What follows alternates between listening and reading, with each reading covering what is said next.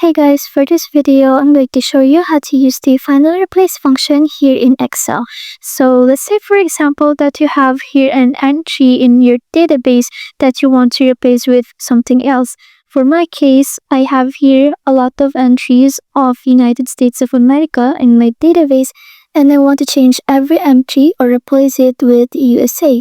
So what I'm going to do is I'm going to click on Ctrl+F on my keyboard, and then this window will pop up, and then you want to click on the Replace tab, and then over here at the first tab, you're going to input what you want to replace. So for my case, it's going to be United States of America.